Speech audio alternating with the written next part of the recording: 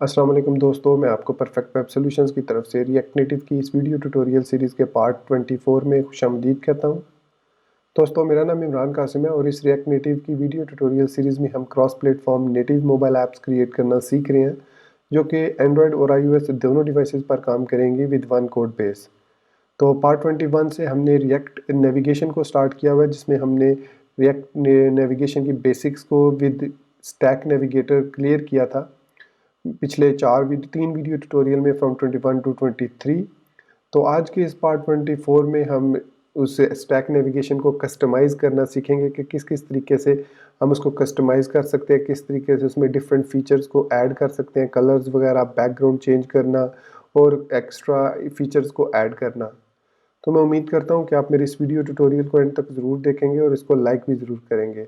इसके अलावा अगर आप हमारे इस चैनल परफेक्ट वेब सॉल्यूशंस पर न्यू हैं तो इसको सब्सक्राइब करते हुए बेल के नोटिफिकेशन आइकन को ज़रूर प्रेस कर लीजिएगा, ताकि आने वाली वीडियो ट्यूटोरियल्स की नोटिफिकेशंस आपको मिलती रहें और आप उनसे अप टू डेट रह सकें। Thank you very much. तो चलिए शुरू करते हैं आज के इस रिएक्ट नेटिव के वीडियो ट्यूटोरियल को।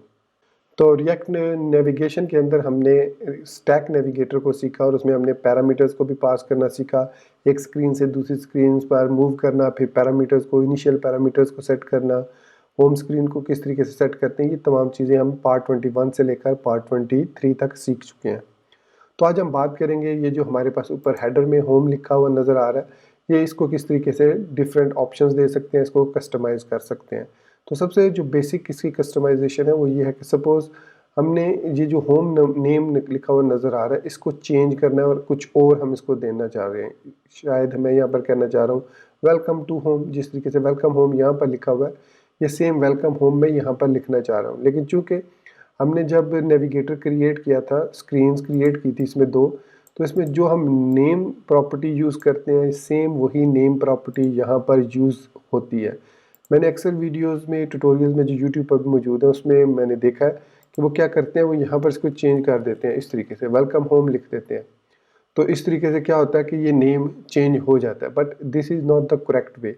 जो नेम है उसमें स्पेस नहीं होनी चाहिए, अंडरस्कोर हो सकती है, लेकिन स्पेस अलाउ नहीं है, क्योंकि फिर आपकी कोडिंग आगे जाके डिफ़िकल्ट होने वाली है।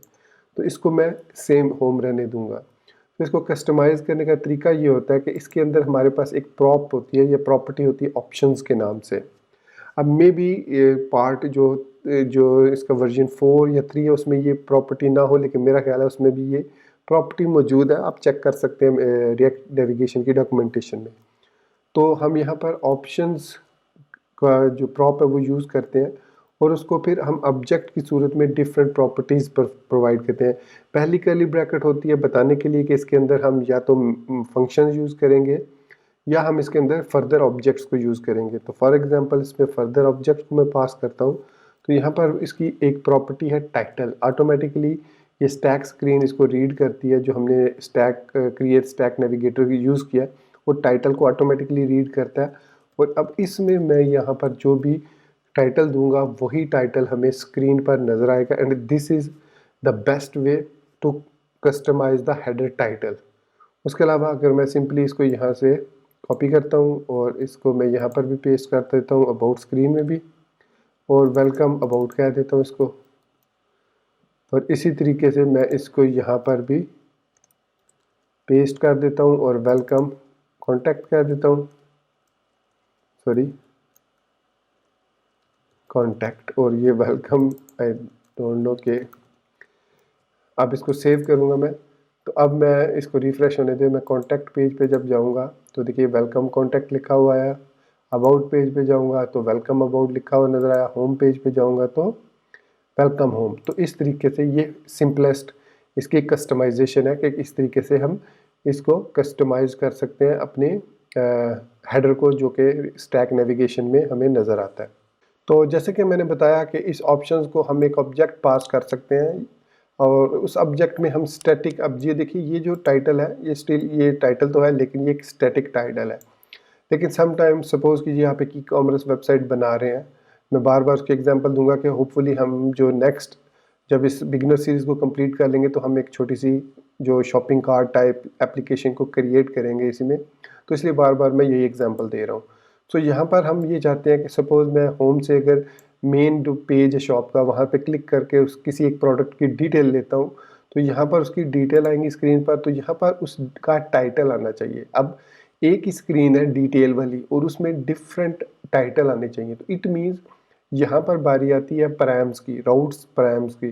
तो जिस तरीके से हमने लास्ट वीडियो ट्यूटोरियल में पैरामीटर्स पास किए थे from one screen to another screen, तो इसी तरीके से इस ऑप्शन को हम, इस ऑप्शन में फंक्शन के ज़रिए हम कोई भी वैल्यू गेट कर सकते हैं और फिर उसको हम स्क्रीन पर शो कर सकते हैं। तो इसका तरीका ये है कि हम यहाँ पर अब बजाय इसके, सपोज़ मैं ये कहता हूँ कि अब इसको हम किस तरीके से डील करें, कि मैं जब अबाउट पे, मैं होम पे आ जाता हूँ पहले, वेलकम हम होम पर ही मौजूद है, तो यहाँ से मैं अगर कॉन्टैक्ट पर जाता हूँ तो यहाँ पर मुझे एक डायनामिक वैल्यू चाहिए।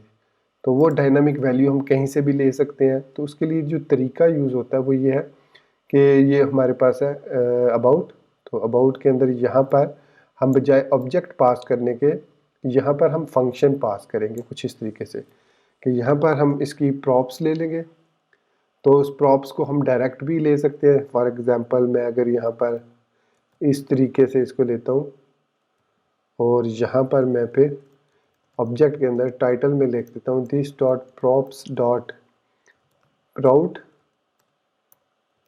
Dot params dot in name.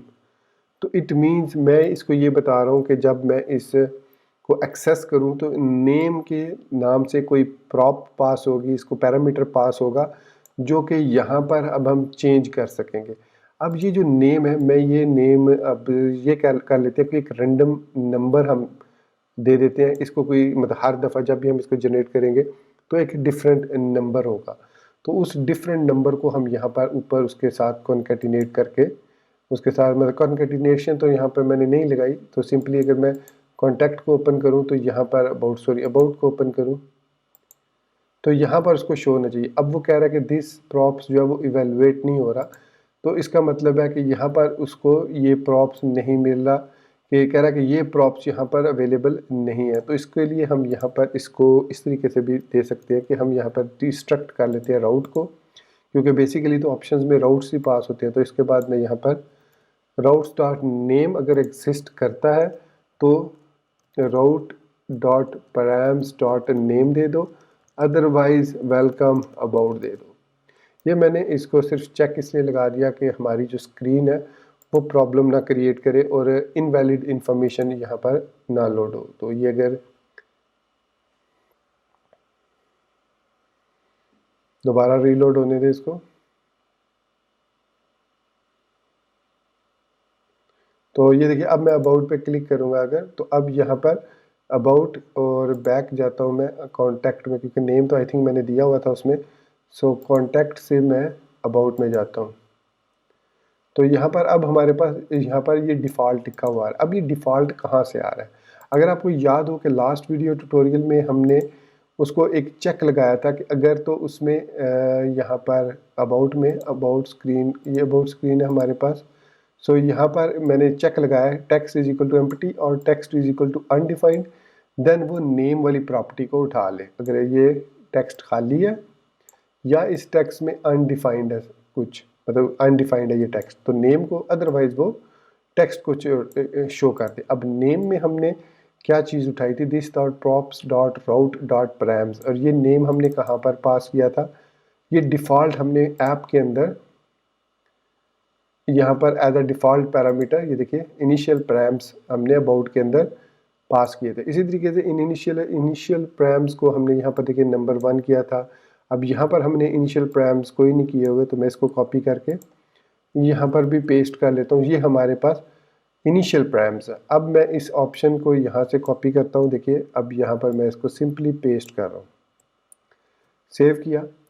So welcome यहाँ पर कॉन्टैक्ट कर देंगे। तो अब ऑटोमेटिकली अगर तो नेम के अंदर हमारे पास एम्प्टी वैल्यू है या ये अनडिफाइंड है, तो फिर ये वेलकम कॉन्टैक्ट को डिस्प्ले करेगा, अदरवाइज उस params को डिस्प्ले कर देगा। अब यहाँ पर हमने डिस्ट्रक्ट किया राउट को, ठीक है, तो ये राउट को डिस्ट्रक्ट करना लाजमी है। तो अब हमारे पास ये प्रॉपरली एक डायनामिक प्रॉपर्टी क्रिएट हो चुकी है जिसमें डिफ़ॉल्ट आ रहा है, क्योंकि हमने पैराम्स में कुछ भी नहीं पास किया हुआ, ठीक है।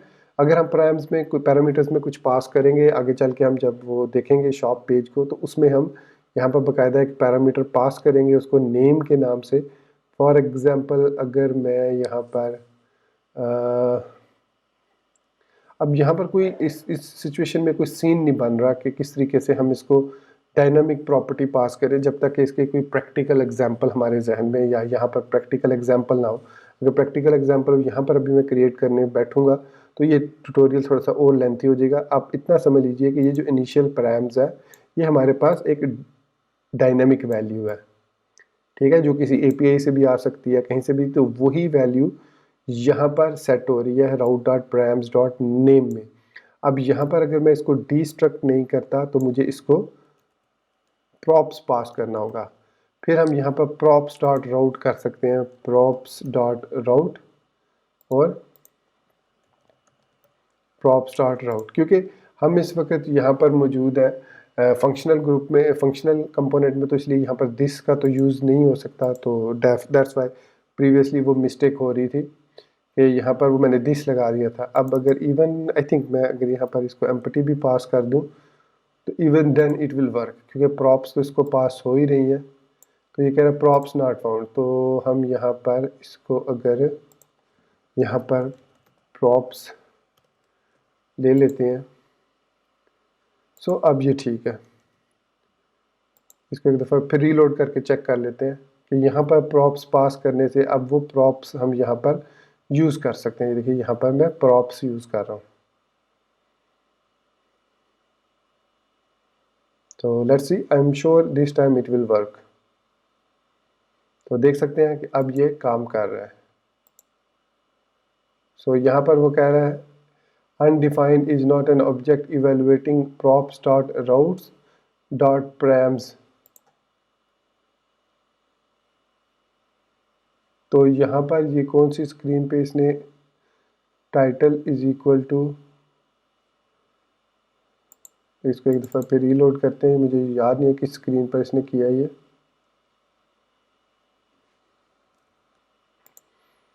तो यहाँ पर राउट्स डॉट पैराम कॉन्टैक्ट को ओपन करते हैं, इस पर एरर दिया था आई थिंक कॉन्टैक्ट पे। हाँ, कॉन्टैक्ट को जब हम क्लिक करते हैं तो यहाँ पर इसको भी हमें फिर प्रॉप्स पास करना होगा, राइट। तो यहाँ पर आई थिंक ज़रूरत नहीं है हमें प्रॉप्स पास करने की ऐप के अंदर, क्योंकि ऐप तो किसी के अंदर एम्बेड नहीं हो रहा। तो यहाँ पर मैंने प्रॉप्स पास करना था, तो अब ये ठीक हो जाएगा। So now it will work fine. Alt M या Control M in Windows and on Mac it is Command M।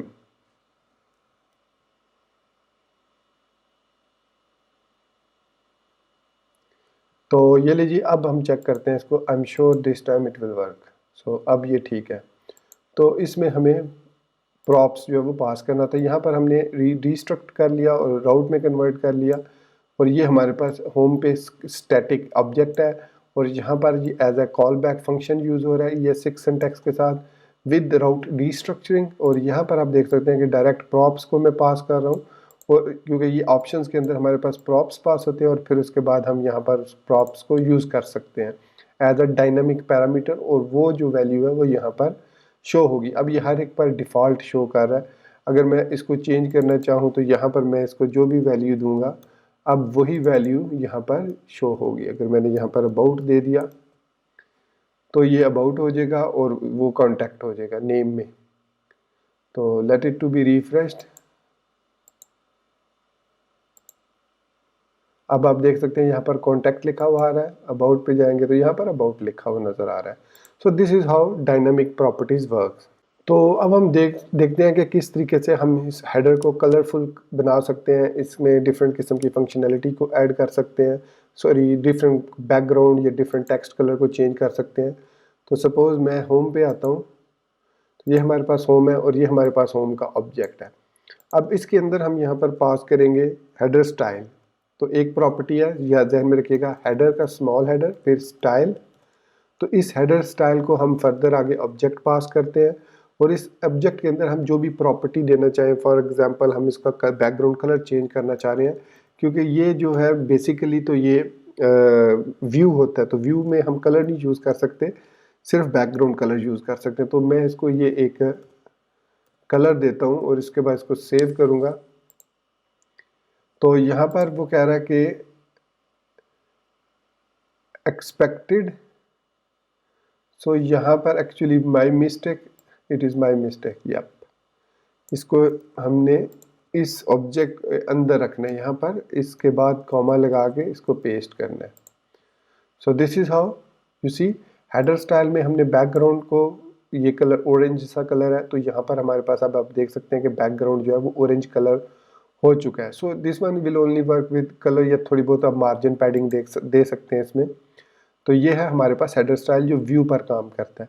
Header style के अलावा हमारे पास हेडर टिंट कलर है और हेडर टाइटल स्टाइल है, मतलब इसका जो टेक्स्ट है उस क्या अप्लाई कर सकते हैं। जैसे हेडर टिंट कलर बेसिकली हमारे पास इसका कलर है जो टेक्स्ट नज़र आ रहा होता है, तो इसको मैं FFF दे देता हूँ वाइट कलर। तो ये हमारा जो वेलकम होम लिखा हुआ है ये वाइट हो जाएगा। तो ये सेव किया तो देखा ये कलर वाइट हो गया। फिर इसके अलावा हम इसको बोल्ड भी कर सकते हैं। तो इसके लिए हेडर टाइटल स्टाइल, और इसमें हम ऑब्जेक्ट पास करेंगे, मतलब मल्टीपल प्रॉपर्टीज़ दे सकते हैं, जैसे फॉन्ट वेट, मैं इसको बोल्ड दे देता हूँ तो ये बोल्ड हो जाएगा अब थोड़ा सा। इसके अलावा मैं आई एम श्योर कि इसमें फ़ॉन्ट साइज़, क्योंकि ये टेक्स्ट होता है, तो 25 फ़ॉन्ट साइज़ दे देता हूँ। तो आपने देखा इसका फ़ॉन्ट साइज़ भी इंक्रीज़ हुआ।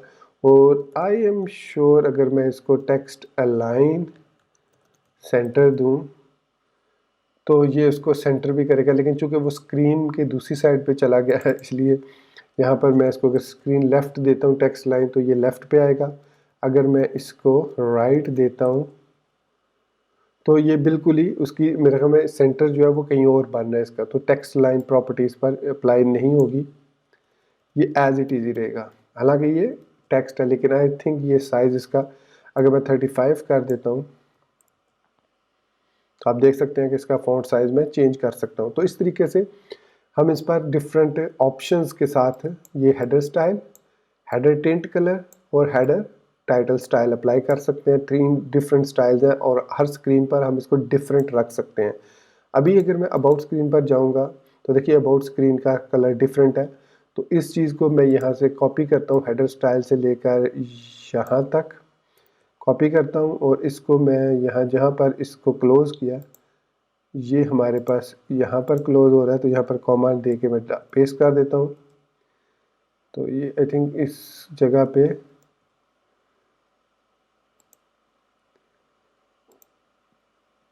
इसमें राउट और टाइटल, इसके बाद यहाँ पर इसको पेस्ट करना है,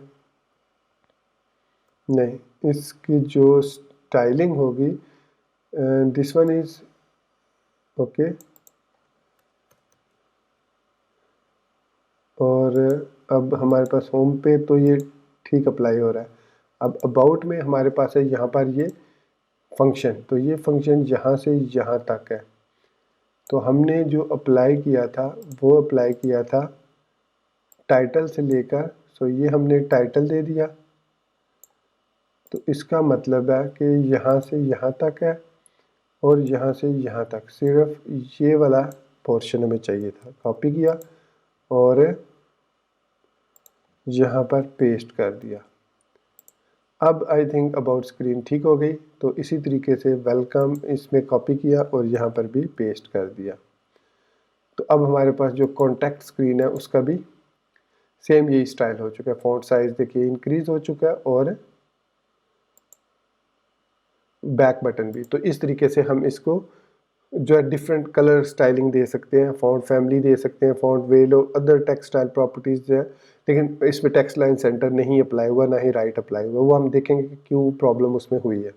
तो अगर तो हम जो है वो डिफरेंट कलर्स यूज़ करना चाह रहे हैं, बैकग्राउंड कलर और टेक्स्ट कलर डिफरेंट यूज़ करना चाह रहे हैं फॉर ईच स्क्रीन, तब तो ये जो हमने स्टाइलिंग अप्लाई की है that is perfectly fine.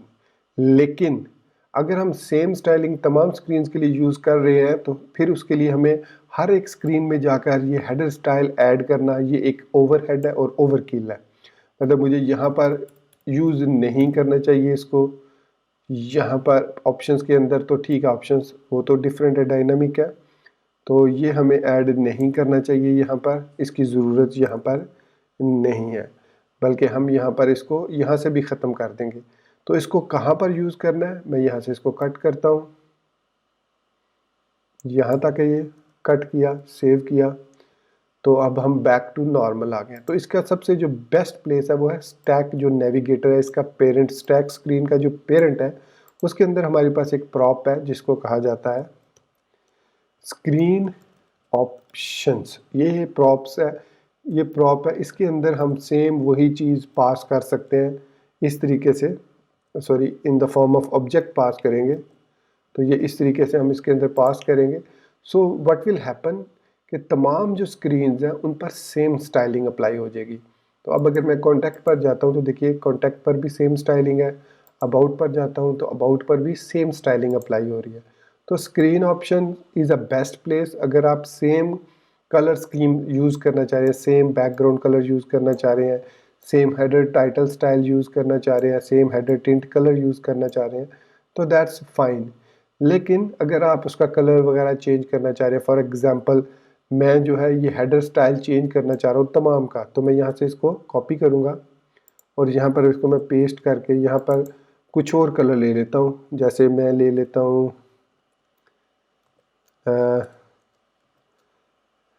FFF00FF, ये कलर मैं एक ले लेता हूँ बैकग्राउंड कलर। सेव किया,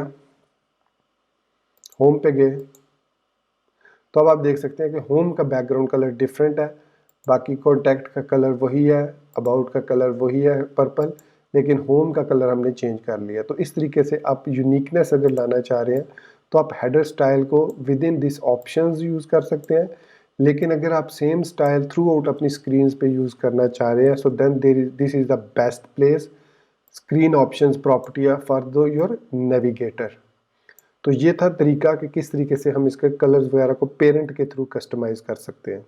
तो सम टाइम ऐसी सिचुएशन भी आ जाती है कि हम जो है वो कोई कस्टम कंपोनेंट जो है वो इस टाइटल के अंदर यूज़ करना चाह रहे हैं। फॉर एग्जांपल मैं यहाँ पर एक इमेज को यूज़ करना चाह रहा हूँ, तो इसके लिए हम हेडर टाइटल के अंदर, इसके ऑप्शन के अंदर हेडर टाइटल को जो हमने यहाँ पर यूज़ किया, हेडर टाइटल तो यहाँ पर तो नहीं हमने यूज़ किया, लेकिन हमने इसको स्टैक स्क्रीन के अंदर यूज़ कर सकते हैं एज अ हेडर टाइटल, और फिर उस हेडर टाइटल को हम प्रॉपर्टी पास कर सकते हैं प्रॉप्स के थ्रू।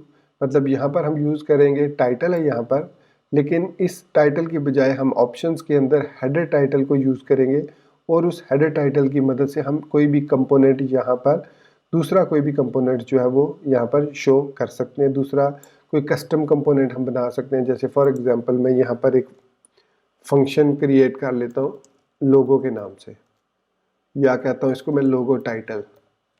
अब इसके अंदर मैं एक इमेज टैग यूज़ कर लेता हूँ। अब मुझे इमेज टैग इंपोर्ट करना पड़ेगा ऊपर, यहाँ पर व्यू के बाद यहाँ पर इमेज, और यहाँ पर इमेज के अंदर हम कोई भी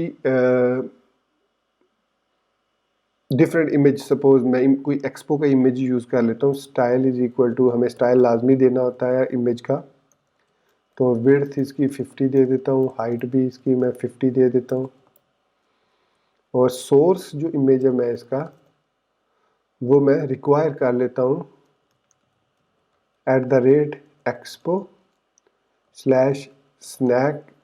अब यहाँ पर ये बेसिकली हमें इमेज को पास करना है, तो रिक्वायर हम कर लेते हैं। इमेज को मैंने यहाँ पर आई थिंक सेव किए हुए icon.png है, और इसके अलावा यहाँ पर हमने दूसरे आई थिंक प्रोजेक्ट में यूज़ किया था, तो आइकन, और ये है हमारे पास, चल ये आइकन है छोटा सा वाइट सा बैकग्राउंड है, इसी को यूज़ कर लेते हैं।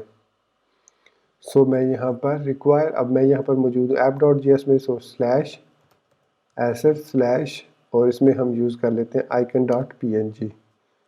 तो ये है हमारे पास रिक्वायर png कर ली हमने, और इसके बाद हम यहाँ पर इसको क्लोज कर देंगे इमेज को।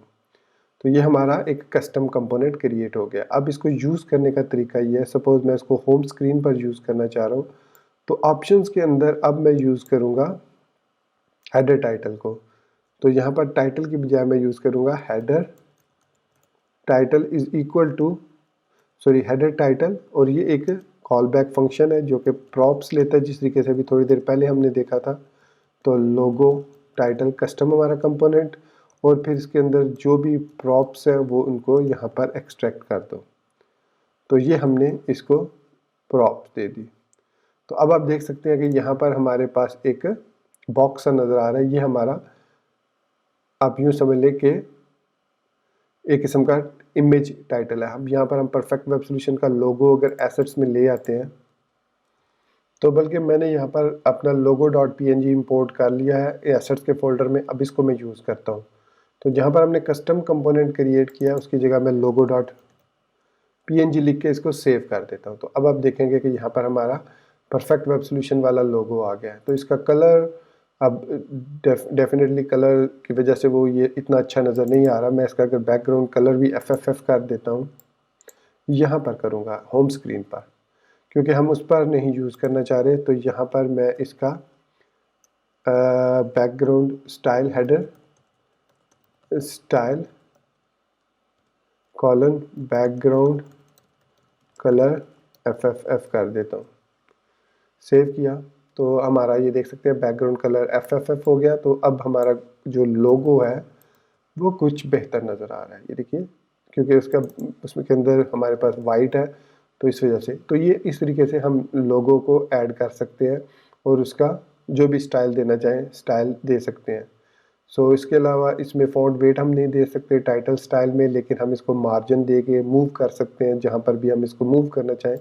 तो मैं अगर इसको कॉपी करूँ यहाँ से और यहाँ पर पेस्ट करूँ इसको मैं, और फ़ॉन्ट वेट और फ़ॉन्ट इसकी जगह पर मैं मार्जिन लेफ़्ट यूज़ करूँ 20 और 120 अगर यूज़ करूँ इसमें, इसको मूव करना चाहिए। और अगर मैं यहाँ पर हेडर स्टाइल में मार्जिन लेफ़्ट 50 यूज़ करूँ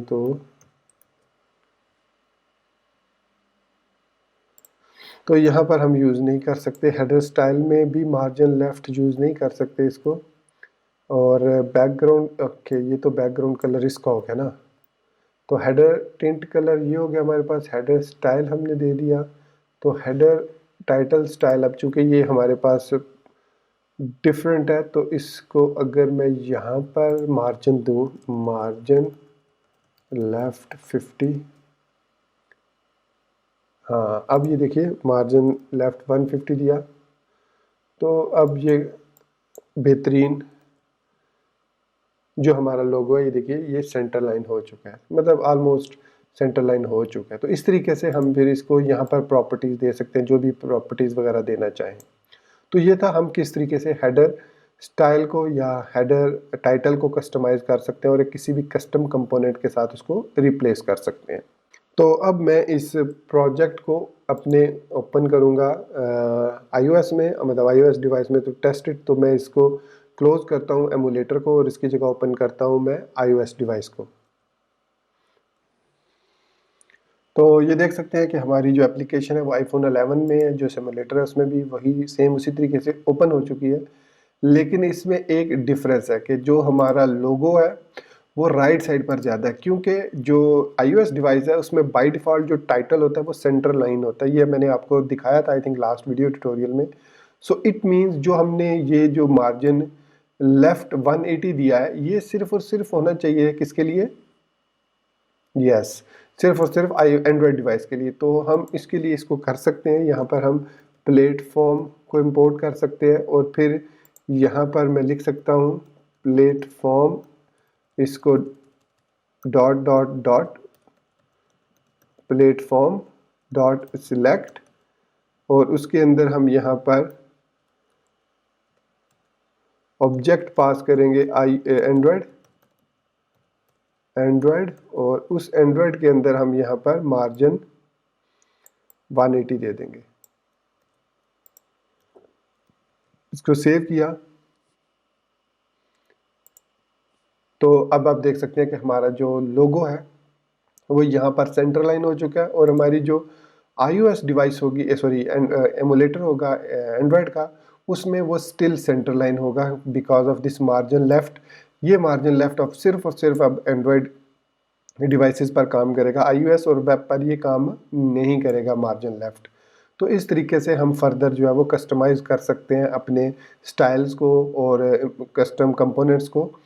तो मैं उम्मीद करता हूँ कि आप इस चीज़ को, तमाम की चीज़ को समझ गए होंगे। अगर स्टिल आपको कोई कन्फ्यूजन हो तो डू लेट मी नो। और मैंने अपने जो स्नैक्स हैं वो एक्सपो CLI पर मैंने अपडेट कर दी हैं 23 ट्यूटोरियल तक। तो होपफुली इस वीडियो को पब्लिश करने के बाद मैं पार्ट 24 को भी वहीं पर पब्लिश कर दूंगा। ये जो सारी चीज़ें हमने आज की हैं ये तमाम की तमाम वहाँ पर आपको एज अ स्नैक मिल जाएंगी और वहाँ से आप इसको टेस्ट कर सकते हैं, कोड को कंपेयर कर सकते हैं।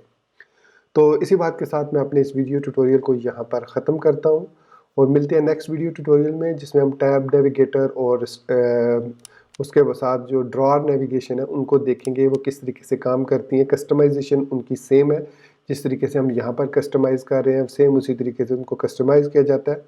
तो हम सिर्फ देखेंगे कि वो किस तरीके से काम करती हैं, टैब नेविगेशन किस तरीके से काम करती है और ड्रॉअर नेविगेशन किस तरीके से काम करती है। तो मिलते हैं नेक्स्ट वीडियो ट्यूटोरियल में। टिल देन मुझे अपनी दुआ में याद रखिएगा and thank you very much for watching this video tutorial. Take care, good bye and अल्लाह हाफिज़।